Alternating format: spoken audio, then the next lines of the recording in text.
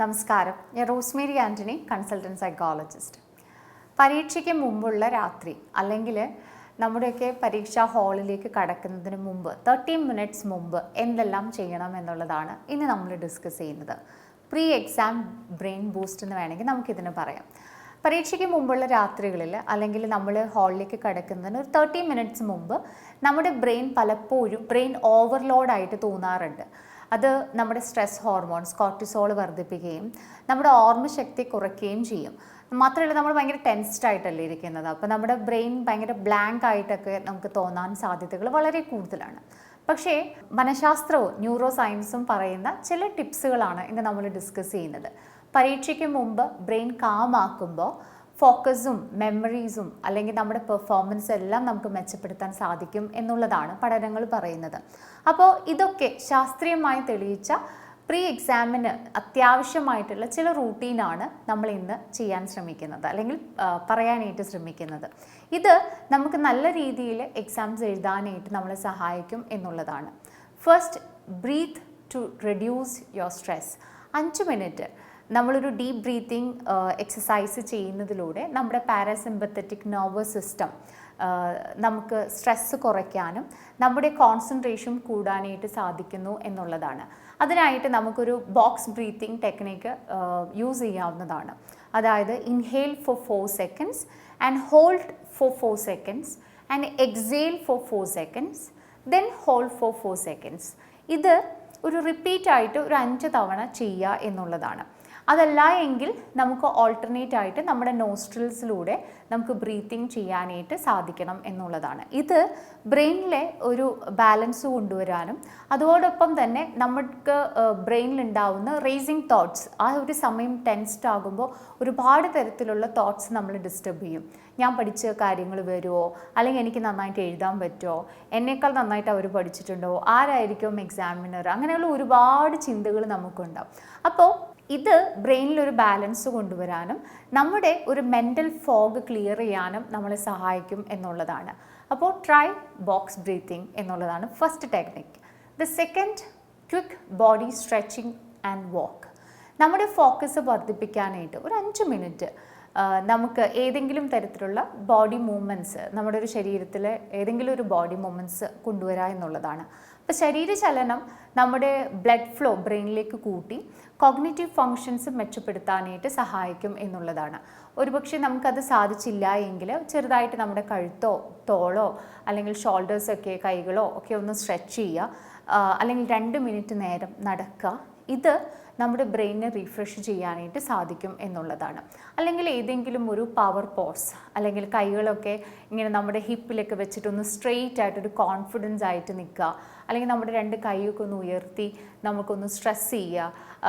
ഇതൊക്കെ ഈ സ്ട്രെച്ചൊക്കെ ചെയ്യുമ്പോൾ അല്ലെങ്കിൽ ഒരു പവർ പോസ് എടുക്കുക, ഇത് നമ്മുടെ സെൽഫ് കോൺഫിഡൻസ് ബൂസ്റ്റ് ചെയ്യും എന്നുള്ളതാണ്. Next is visualization. See yourself succeeding. ഒരു 5 മിനിറ്റ് ഒരു വിഷ്വലൈസേഷൻ ചെയ്യാനായിട്ട് നമുക്ക് സാധിക്കണം എന്നുള്ളതാണ്. പലപ്പോഴും കുട്ടികൾക്ക് ഇത് പറയുമ്പോൾ വളരെ ഒരു ലാഘവത്തോടുകൂടി അല്ലെങ്കിൽ ചിരിയൊക്കെയാണ് വരാറ്.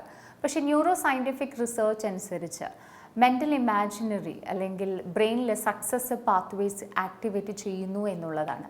അപ്പോൾ നമ്മൾ സക്സസ്ഫുൾ ആയിട്ടുള്ള നല്ല മാർക്ക് വാങ്ങിച്ച് വിജയിച്ചിട്ടുള്ള നല്ല രീതിയിൽ എക്സാം എഴുതുന്ന, നമ്മൾ പഠിച്ച കാര്യങ്ങൾ വന്ന ഒരു ക്വസ്റ്റ്യൻ പേപ്പറോ, നല്ല സ്പീഡിൽ എഴുതുന്ന നല്ലൊരു ഹാപ്പി ആയിട്ടുള്ള എക്സാം എഴുതുന്ന ഒരു വിഷ്വലൈസേഷനോ അങ്ങനെ എന്തെങ്കിലും ഒരു 5 മിനിറ്റ് വിഷ്വലൈസ് ചെയ്യുക എന്നുള്ളതാണ്.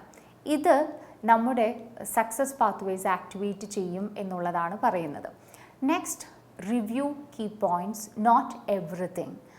അതായത് ലാസ്റ്റ് 10 മിനിറ്റ്സിൽ നമ്മളെല്ലാം പോയി പഠിക്കാനായിട്ട് ശ്രമിക്കരുത്. ലാസ്റ്റ് മിനിറ്റ്സിൽ ഫുൾ സിലബസ് റിവൈസ് ചെയ്യാൻ ശ്രമിച്ചാൽ അത് ബ്രെയിൻ പെട്ടെന്ന് ഓവർലോഡ് ആക്കാനായിട്ടുള്ള സാധ്യത കൂട്ടും. അപ്പോൾ മറക്കാൻ സാധ്യത കൂട്ടാനായിട്ട് നമ്മൾ ശ്രമിക്കാതിരിക്കുക എന്നുള്ളതാണ്. അപ്പോൾ ഷോർട്ട് സമ്മറീസോ അല്ലെങ്കിൽ മൈൻഡ് മാപ്സോ മാത്രം നോക്കുക എന്നുള്ളതാണ്. അല്ലെങ്കിൽ ചുമ്മാ നമ്മൾ പഠിച്ച കാര്യങ്ങളൊന്ന് പേജ് മറിച്ച് നോക്കുക, അല്ലെങ്കിൽ എന്തെങ്കിലും നിമോണിക്സ് ആയിരിക്കാം, ഫോർമുല ഷീറ്റ്സ് വായിക്കുക, അല്ലെങ്കിൽ പുതിയത് ഒന്നും പഠിക്കാൻ ശ്രമിക്കാതെ പഠിച്ച കാര്യങ്ങൾ എക്സിസ്റ്റിംഗ് നോളേജ് സ്ട്രെങ്തൻ ചെയ്യാനായിട്ട് ശ്രമിക്കുക എന്നുള്ളതാണ്. ഇതിലൂടെ മെമ്മറി പാത്വേസ് സ്റ്റേബിളാക്കി ബെറ്ററായിട്ട് നമുക്ക് നന്നായിട്ട് റീകോൾ ചെയ്യാനായിട്ട് സാധിക്കും എന്നുള്ളതാണ്. Next chewing gum or sip water. ഇത് എത്ര നിങ്ങൾക്ക് പോസിബിൾ ആകും എന്നെനിക്കറിയില്ല. കാരണം ചൂയിങ് ഗം ഒക്കെ ഉപയോഗിക്കുന്നത് ചിലപ്പോൾ എക്സാമിനേഴ്സിനോ അല്ലെങ്കിൽ അതൊരു റൂൾ പ്രകാരം ശരിയാവണമെന്നില്ല. പക്ഷേ റിസർച്ച് പറയുന്നത് ഇത് ബ്രെയിൻ എനർജി കൂട്ടാനായിട്ട് സഹായിക്കും എന്നുള്ളതാണ്. അപ്പോൾ എക്സാമിന് മുമ്പ്, എക്സാം ഹാളിൽ കയറുന്നതിന് മുമ്പ് ഷുഗർ ഫ്രീ ആയിട്ടുള്ള ചൂയിങ് ഗം ഉപയോഗിക്കുന്ന 2 മിനിറ്റ് ചവച്ചതിന് ശേഷം അത് നമ്മുടെ ബ്രെയിൻ എനർജി കൂട്ടാൻ സാധിക്കും എന്നുള്ളതാണ്. കുറച്ച് വെള്ളം കുടിക്കുന്നതും അല്ലെങ്കിൽ സിപ്പ് ചെയ്യുന്നതും ഡീഹൈഡ്രേഷൻ കുറയ്ക്കുകയും അതോടൊപ്പം തന്നെ കോഗ്നിറ്റീവ് ഫങ്ഷൻസ് കൂട്ടുകയും ചെയ്യുന്നു എന്നുള്ളതാണ്. അപ്പോൾ ഇത്തരത്തിലുള്ള കാര്യങ്ങൾ ചെയ്യുമ്പോൾ നമുക്ക് കുറച്ചും കൂടി ബ്രെയിൻ എനർജി ബൂസ്റ്റ് ചെയ്യാനായിട്ട് നമുക്ക് സാധിക്കും എന്നുള്ളതാണ്. Next, positive self talk. നമ്മൾ തന്നെ നമ്മളെ തന്നെ ഡൗട്ട് ചെയ്ത, ഞാൻ നന്നായി പഠിച്ചിട്ടുണ്ടോ, അല്ലെങ്കിൽ ഞാൻ തോറ്റു പോകുമോ, അല്ലെങ്കിൽ എനിക്ക് എഴുതാൻ പറ്റുമോ, സ്ട്രിക്റ്റ് ആയിട്ടുള്ള ടീച്ചേഴ്സ് ആണെങ്കിലോ, അല്ലെങ്കിൽ ഞാൻ പഠിച്ച കാര്യങ്ങൾ വന്നില്ലെങ്കിലോ, അങ്ങനെയുള്ള സെൽഫ് ഡൗട്ട് ക്വസ്റ്റ്യൻസ് എല്ലാം തന്നെ നമ്മളിൽ സ്ട്രെസ് ഹോർമോൺസ് കൂട്ടാൻ സാധ്യതയുണ്ട്. കോർട്ടിസോൾസും അതോടൊപ്പം തന്നെ നമ്മൾക്ക് ബ്രെയിനിൽ ഇതൊക്കെ പഠിച്ചതൊക്കെ റീകോൾ ചെയ്യാനായിട്ട് നമ്മൾ ബ്ലോക്ക് ചെയ്യുന്നൊരവസ്ഥയിലേക്ക് കൊണ്ടെത്തും. അപ്പോൾ ഒരു പോസിറ്റീവ് അഫർമേഷൻസ് എപ്പോഴും നമ്മുടെ കോൺഫിഡൻസ് ബൂസ്റ്റ് ചെയ്യാനായിട്ട് സഹായിക്കും എന്നുള്ളതാണ്.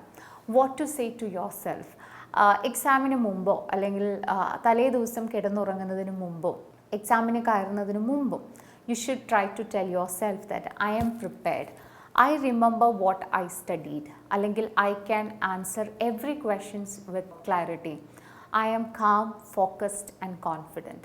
അപ്പോൾ ബ്രെയിനിൽ പോസിറ്റീവ് കണ്ടീഷനിങ് ചെയ്യുമ്പോൾ എക്സാം പെർഫോമൻസസ് ഇമ്പ്രൂവ് ചെയ്യാനായിട്ട് സാധിക്കും എന്നുള്ളതാണ്.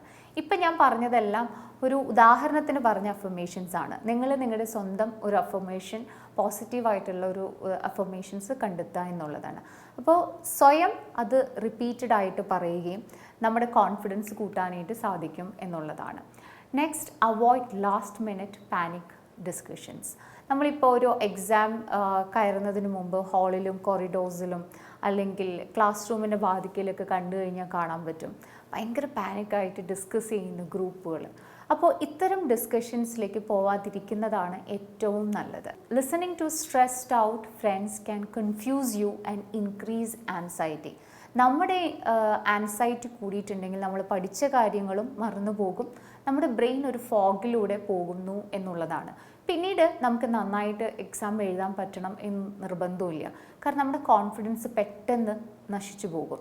അപ്പോൾ അത്തരത്തിലുള്ള ലാസ്റ്റ് മിനിറ്റ് പാനിക് ഡിസ്കഷൻസ് ഒഴിവാക്കുക എന്നുള്ളതാണ്. അപ്പോൾ ലാസ്റ്റ് മിനിറ്റ്സ് ഡൗട്ട്സ് ആണെങ്കിലും ചോദിക്കാതിരിക്കുക എന്നുള്ളതാണ്. You should try to tell yourself that trust my preparation. ഇത് പറയുന്നതിലൂടെ നിങ്ങളുടെ ബ്രെയിൻ കാമാവാനും ഒരു കെയോസിൽ നിന്നിട്ട് മാറി നിൽക്കാനായിട്ടും സാധിക്കും എന്നുള്ളതാണ്. അപ്പോൾ ശാന്തമായിട്ടുള്ള ഒരു മനസ്സ് നമ്മുടെയൊക്കെ ഒരു വിജയത്തിൻ്റെ വളരെയധികം പ്രധാനമായിട്ടുള്ളൊരു കാര്യമാണ്.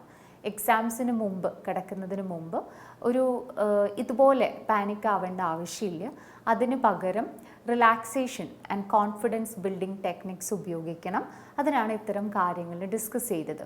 അപ്പോൾ കാമായിട്ടുള്ളൊരു മൈൻഡ് എപ്പോഴും നമ്മുടെ പെർഫോമൻസ് ഇമ്പ്രൂവ് ചെയ്യാൻ കഴിയുന്ന ഏറ്റവും മികച്ച മാർഗമാണ് എന്ന് നമ്മൾ മനസ്സിലാക്കണം. ഡീപ്പ് ബ്രീത്തിങ് ചെയ്യാനായിട്ട് ശ്രമിക്കുന്നത് ആൻസൈറ്റി കുറയ്ക്കും. വിഷ്വലൈസേഷൻ ചെയ്യുന്നത് എക്സാമിലേക്ക് ഒരു പോസിറ്റീവ് ആറ്റിറ്റ്യൂഡ്സ് കൊണ്ടുവരാനായിട്ട് സ്റ്റുഡൻസിനെ സഹായിക്കും. അതോടൊപ്പം തന്നെ മൈൻഡ് ഓവർ ലോഡ് ആക്കാതെ ജസ്റ്റ് കീ പോയിൻറ്റ്സ് മാത്രം റിവ്യൂ ചെയ്ത് നല്ല കോൺഫിഡൻസോടു കൂടി എക്സാംസിനെ ഫേസ് ചെയ്യാനായിട്ട് സാധിക്കണം എന്നുള്ളതാണ്. നന്ദി, നമസ്കാരം.